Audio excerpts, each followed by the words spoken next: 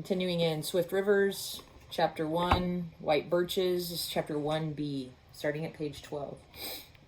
As the sun rode high above them to cross the line of noon, and as Pharaoh grazed comfortably in the shorter grass near the wall, Stuart, in his turn, gave a brief account of himself. He had grown very tired of hard study at Princeton, he told Chris, and had set out to try, a number of different things. He had tried a great variety, it truly seemed, for a person of a scant 20 years. His last venture had been a prospecting journey, looking for minerals amongst these northern hills. "Oh," exclaimed Chris, suddenly remembering, "these fell out of your saddlebag." He drew out the 2 dark yellow speckled stones and held them out to their owner. "You found that?" he questioned breathlessly. "You found gold?" "I found fool gold." Stuart took the stones and weighed their strange, flashing substance in his hand. "I was out for gold," he admitted, "gold or silver. I didn't have much interest in anything of less value. I may even have believed in the chance of diamonds and rubies when I set out. I knew so little about the whole matter. I stumbled on this and picked it up at the risk of my life, and I was wild when I found it, for I thought I had come on fabulous riches. But at last I collected my wits enough to test it and found that it was worthless. The scientific fellows say it's iron pyrites, but the prospectors call it fool gold." He was silent, turning over the lumps of dark mineral which glittered in the sun as though to deny his words. "At least this proves that there is iron in these mountains," he went on, "but iron ore so far from a market is of no use to anybody. I think I have come to some vague idea that it is the forests which are to make the riches of this north country. Some day the farmers will stop burning the big logs of oak and birch and pine to get them out of the way. Down on the larger rivers, the logs are cut and floated to the sawmills, yet no one in this new country seems to have thought that small streams and the big spring flood will carry logs too. But I have no interest in chopping trees. Where would there be any excitement in that?" He held out one of the yellow stones to Chris. "Take it," he said.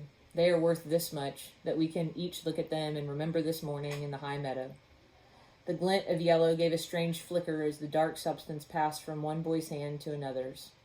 A smile that had the brightness of quicksilver went over Stuart's face as he added, "I don't see why you stay with your uncle, who is not kind to you, when you could live in happiness with that fine grandfather of yours up in the hills. Does no one ever see that he is growing very old? Or," he concluded impulsively, "why don't you leave everything, even your grandfather, and come adventuring with me?"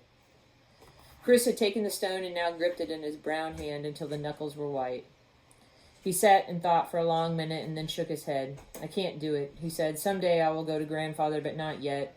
And I can't go with you. The promise my father made must be kept." It was of no use to tell this new friend that there had been hard, struggling times in the Anderson household, when the burden of even one extra person had been great. Uncle Nels, with dogged honesty, had never sought to evade his share of the bargain, even though Chris believed so little that kindness and generosity had any part in it. Nels had no son of his own, his only child being Freda, 2 years younger than Chris and just beginning to grow tall. If the boy were ever to be of real use to his unwilling foster father, he was now coming into the years when it would be possible. Yet it seemed too much to try to speak of all this, so that all he could do was to repeat, "It was a promise. I will keep the stone always, but I must stay here." Stuart Hale threw back his head with an impatient motion of tossing the hair from his forehead. "Someday," he checked himself abruptly, got up, and whistled to Pharaoh. "But wait," cried Chris, feeling with a strange inward pang that he must find an excuse for delaying this new acquaintance a little longer. "At least let me go back to the farm with you. Both you and the horse need rest before you start on the journey home." "Home?" echoed Stuart with a queer edge of bitterness in the voice which had been so gay. "There isn't such a thing as home in my kind of life. I got impatient with home. I thought I could come into this new country and win a fortune. But I haven't found it. Now I will be doing something else. There are 100 interesting things still to try, but I won't be going home." He swung himself into the saddle and was away down the trail. The sound of the hoofbeats died away. The trampled grass began to rise upright. The sunny, softly humming quiet of the forest closed in about Chris as he stood in silent pondering. Finally, he drew a long breath, took up his scythe again, and moved to the place he had cut the last swath of grass. A clucking meadowlark ran out from the almost between his feet. A striped chipmunk hurried back and forth carrying cherry stones into the wall, but he did not see them. The last surprising hour seemed to have left more behind it than just that strange nick in the handle of his scythe where the bullet had struck. For he worked on so wrapped in the thought that he never lifted his eyes to look down to the valley, to the yellow fields and the silver glint of the river. Only a portion of that reverie was concerned now with the question, why had grandfather not come? It was only after many a fierce quarrel with Nels Anderson that old Alexis Dahlberg had gathered his meager belongings and tramped away to the cottage at the top of the valley, where the first white explorer in that region had set his dwelling. Grandfather had kept a watchful eye, even at the distance, upon his grandson's welfare, came to see him fairly often, and every year lent his tireless back and his long, swinging arms to help in the harvesting. Could it be now, as this passing stranger had observed so casually, and as Uncle Nels had also hinted, that Alexis Dahlberg was truly growing old? As for the remainder of the boy's burden of thought, it was something which could not possibly have been put into words. The sun was at the top of the mountains when Chris stopped his work at last. The silky grass lay in undulating rows. The stubble was sharp and stiff underfoot. No person can labor for hours against the slight, obstinate, and infinitely multiplied resistance of growing things and not be very weary. But Chris Dahlberg had mowed the high meadow alone in the space of a single day, and he knew that things would never be quite the same with him again. He was just taking up his gun to start homeward when Nels Anderson came through the gap in the wall. Uncle Nels, tall and dark and in one of his black moods, because the harvest below had not been so abundant as he expected. Across his shoulder, Chris could look down the rough trail and could see, to his surprise, two distant figures ride out of the wood on one side of the way and disappear on the other. They were tiny in the distance, but even from so far away, he knew that they were strangers, that even the horses upon which they were mounted, long-legged, rangy beasts, were no animal from that neighborhood. He was about to speak of them, but was interrupted by Uncle Nels's harsh criticism of his day's work. "There is not so much here as it should be," his uncle said, measuring with practiced eye the little field dappled with piles of pale-colored grass. "A better workman would have gone closer to the corners and got more." "There are only blueberries and brambles in the corners," Chris returned. "Grandfather always said—" "Give me no talk of that grandfather of yours," Nels Anderson burst out in fury. "Why has he not come to help us? I trust that he will be here tomorrow." "I think that he will never pass your doors again," answered Chris with sudden understanding. "I believe he was only waiting until I was old enough to hold my own here before he ceased coming forever. When the autumn work is done and you can spare me, I'm going to him for 3 days. He has watched over me. It is time now that I should care for him." Without giving Nels Anderson time to reply, he shouldered his gun and scythe and walked away down the trail. There was great commotion on the Anderson farm that night, for the best horse had disappeared. Brown Jenny, a good, conscientious creature with a little more speed than the other cart horses. Jan Peterson's gray gelding was missing also. It was alarmingly plain that thieves had at last penetrated the lonely Goosewing Valley. Probably the light-fingered gentry who had invaded that peaceful mountain country were not pleased with the quality of their spoils, for they did not return for more. The autumn passed with no further losses. Nels Anderson, who knew well how to keep people busy, seemed never to be at a loss to find tasks for his nephew.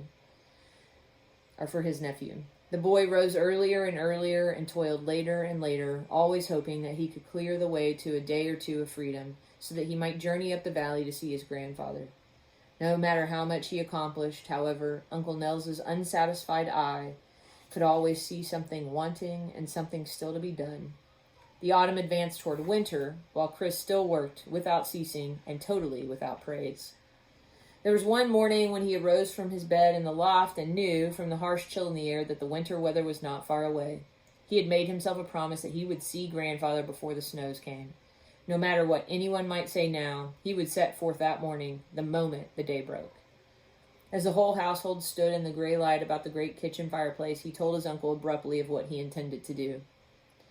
"The last of the wheat and corn have been got in long ago," he began steadily. "The wood is all cut for the winter, the cattle have been driven in, and the hay and the straw are stacked. You cannot say that I am leaving you when you still have need of me. It is surely time that I knew something of how things are with my grandfather, and so I am going up the valley today." Afterwards, he tried to recall what Uncle Nels had said, but he never could recollect a word of it. He knew only that the harsh voice grew louder and louder as the angry man's reproaches mounted to a very bellow of rage. It was on this especial day that he wanted Chris the most, it seemed. Yet Chris stood to his ground and repeated sturdily that the really necessary work was done, and that he had a right to go. Before this, he had often fallen into an agony of trembling before his uncle's rages, not from fear, but from disgust that a steady, sane person who was kin to him should turn suddenly into an unrecognizable, shouting madman. But now he stood looking at his uncle in the face, quite unmoved by the turmoil of his wrath. He found himself thinking all at once that he had never noticed before how near he was to his uncle's height, even though Nels Anderson was spoken of as an unusually tall man.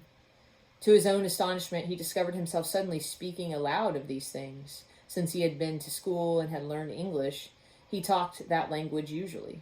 But now he spoke in the Swedish, into which Uncle Nels always fell when he was angry. You say that I am growing large enough to be of use to you. That means I am coming to a man's size. Therefore, I should and will have a man's place. It is not my plan to leave you after you have given me a house through all these years. My father and my grandfather and I, all three of us, have said that I will not. But I will go and come to my grandfather's house as seems to me right, and I will listen no more to what you have to say against it. From now on, there is to be justice for me as well as for you. I am going to my grandfather because he needs me, and I will come back to you in 3 days. He took down his sheepskin coat from its peg on the wall and let himself out into the early morning. The sun was not yet up, but there was a band of yellow light along the horizon above the dark hilltops. The farm laborers going in and out of the bark-roofed sheds where the horses and cattle were stabled looked curiously at Chris as he issued from the door with the blast of Uncle Nels's wrath pouring forth behind him. With his hand upon the latch of the barnyard gate, he paused for a moment, for he heard light feet pattering behind him. It was Freda, his young cousin, Nels Anderson's only child, whose brown hands thrust a parcel under the crook of his arm, while her voice said close to his ear, "There are some more mittens I have been knitting for your grandfather, which he should have before the winter. But, Chris, however could you talk to my father so?" She whispered low, as though even here her father's unreasoning fury would pursue her and find her out. But since Chris did not answer and only smiled his thanks as he took the bundle under his arm, she dared to speak louder. "He never lets anyone talk thus to him, Chris. He will not forget such words. But even now, if you would come back and say that you did not mean it—" "I did mean it," Chris returned. "It would not be true to say otherwise. Do you not know that it is right for me to go?" As a little gust of wind blew across the farm court, her slim figure bent to it like the stem of a flower. She had neither her pretty mother's timid look, nor her father's expression of sullen ill temper, but possessed, as Chris noted suddenly, a bright, firm beauty all of her own. She looked at him with direct, honest eyes. "It is right for you to go," she declared, "and wrong of my father to keep you. But oh, Chris, take care." She vanished within the gate as he strode out between the stone posts and came onto the road. So anxious was he to see grandfather that he walked faster than was perhaps the part of wisdom. The whole journey was uphill, mounting slowly up the valley with the hills growing ever closer, and the river nearer and more swift and narrow. He did not pause even to greet a friendly passer-by now and then, but just gave a hurried, "Good day, Jan Peterson. Good morning, Marie Vixel," as acquaintances went past. There was no dweller in the whole of the valley whom he did not know. That's the end of chapter 1b. We'll do one more day of chapter 1. That was page 12 to 24.